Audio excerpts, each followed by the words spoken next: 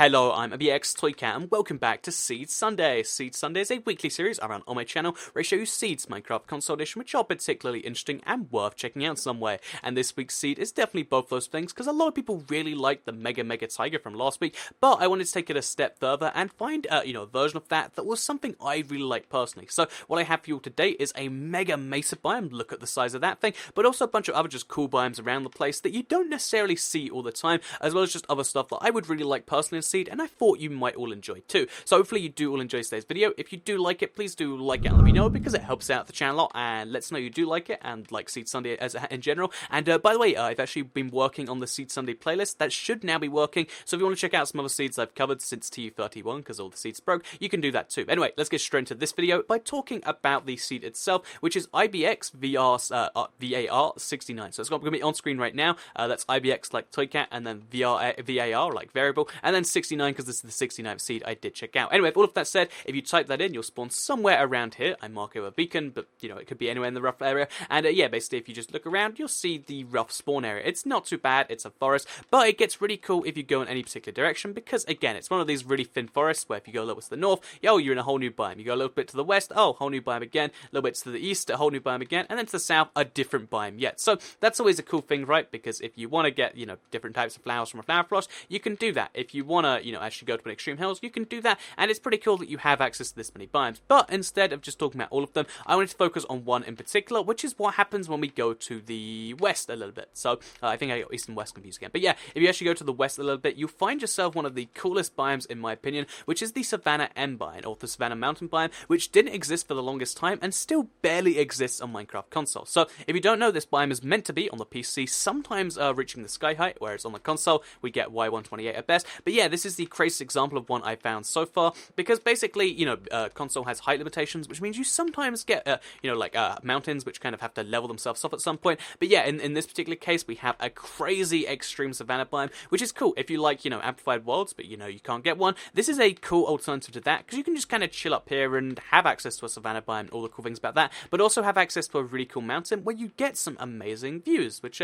I think that's always pretty cool by itself, and just in general, pretty wacky biome that I do quite like. So yeah, there's a Savannah M biome just over here. It's reasonably sized, it's not massive, it's not tiny, and if you want a bunch of stuff, you can actually do that from here. And I think it's always weird to just go around and explore these places. I'd recommend doing that if you want a different experience, because you probably haven't seen one of these in survival, or you haven't seen a big one of these in survival just yet, so that's that right there. But the second thing I want to show you is just a little bit to the south of that, because there's a regular extreme hills here, which, they're gravelly and stuff, so not too great, but also this extreme hills just had something that I felt was just begging to be built in, and I feel like this place here, this kind of gap in between the mountain, is just begging to be turned into a house. I feel like, if you look at the mountain from a distance, you could just see how a house would fit perfectly into the mountain and blend in. I think that's a cool idea. So there's this over here at these corners, and then to the south some more, you got some more flower forests, which again, if you like your flowers, doing pretty well for yourself right there. That's like 2 already, and there is more to come, don't worry. So anyway, let's go to the north a little bit more and show you the Mega Mesa, the kind of key point in the seed here, because basically, yeah, I was trying to find one of the biggest biomes of any particular type, and I was really glad it was Mesa, because Mesa is just, it kind of signifies new update, everything's wacky and different, and if you look from here, you can just see how, actually, if we go a little further, you can see from certain points in the biome, you can barely see anything that's not Mesa, and that's always a good sign. If you want to just be entirely surrounded by, like the, red sand and all that sort of stuff, you can do that from here. Also, bear in mind, this has a lot of different places, so we have a, a mountain here, which goes on for quite some time. You want to settle down on top of a Mesa mountain, you've got that right here. There are even trees up here for you. If you want to settle down on a regular Mesa mountain, there's one over there. You want Mesa flatland, again, massive Mesa desert just over here, which is pretty cool, but then it's also got the Mesa Bryce just far down here to the south, which is cool, because it has every single type of, Mesa biome just all blended into one, which I think is always a cool thing. Side note, actually, because of a weird way in the way these things generates, there's also a lot of really tiny mountains here, which have stained clay, but like 5 or 6 bits. So yeah, here's a tiny, it's not a mountain, but it's like almost like a mountain. You see that just over here too. You look over here, and there's maybe like 10, 15 blocks in the wall, and that's about it. So yeah, that's pretty cool. And in fact, you probably saw the next point we're going to cover, so let's just go straight there now, which is a desert temple, which is right at the edge of the mesa. And this is really cool because all you have to do is replace a little bit of sand, so it looks like the the desert extends, and you could turn this desert temple into a really cool building project. You could make it like a mesa temple if you wanted to, because I know a lot of people like that idea. And again, I think it's a pretty conveniently placed one. Found at these coordinates just over here, pretty close to spawn as well. What else is pretty close to spawn is 2 villages. One is just over here,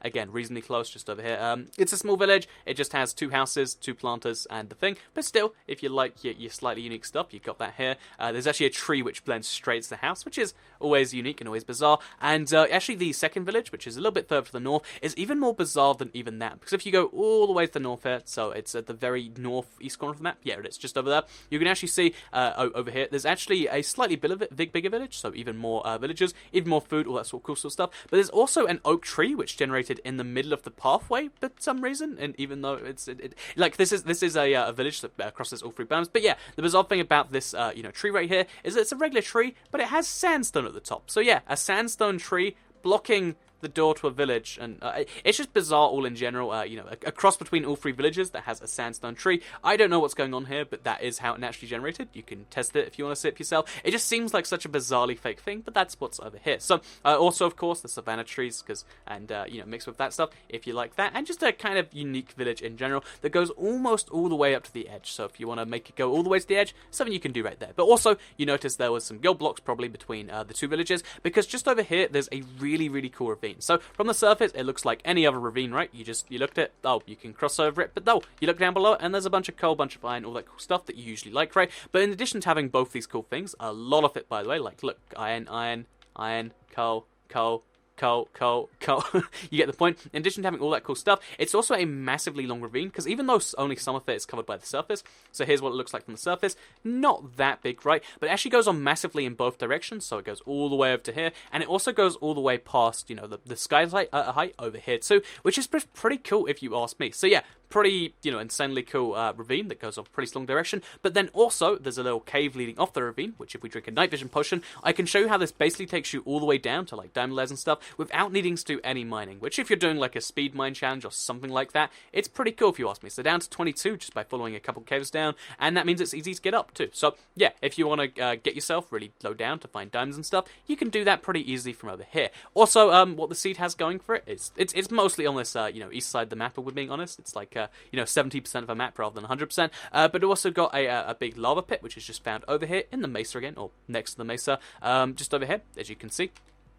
Pretty nicely sized lava pit, so if you want to do the rush thing, again, I always like the seeds to have this, because for me, it's kind of a big deal. Also, just next to the lava pit, so if once you've drained it, you could dig below it, or dig over to here and dig down, because what you'll find is actually going to be the stronghold. So yeah, this is the stronghold. It's actually one of the smallest strongholds I've ever seen. Usually I brag about how big strongholds are, but this one goes down there, goes to a dead end, goes down there, it's a dead end, goes down here, it just doesn't actually go down there at all. Then we go for another room, and basically, yeah, this stronghold just leads to dead ends in every direction really, really quickly. So down the staircase, then I believe it is a dead end, pretty quickly again. And you can see, yeah, the entire stronghold just fits in a pretty small space. You could explore the whole thing quite easily, which is always nice. I know a lot of people get confused by strongholds. Oh, another dead end.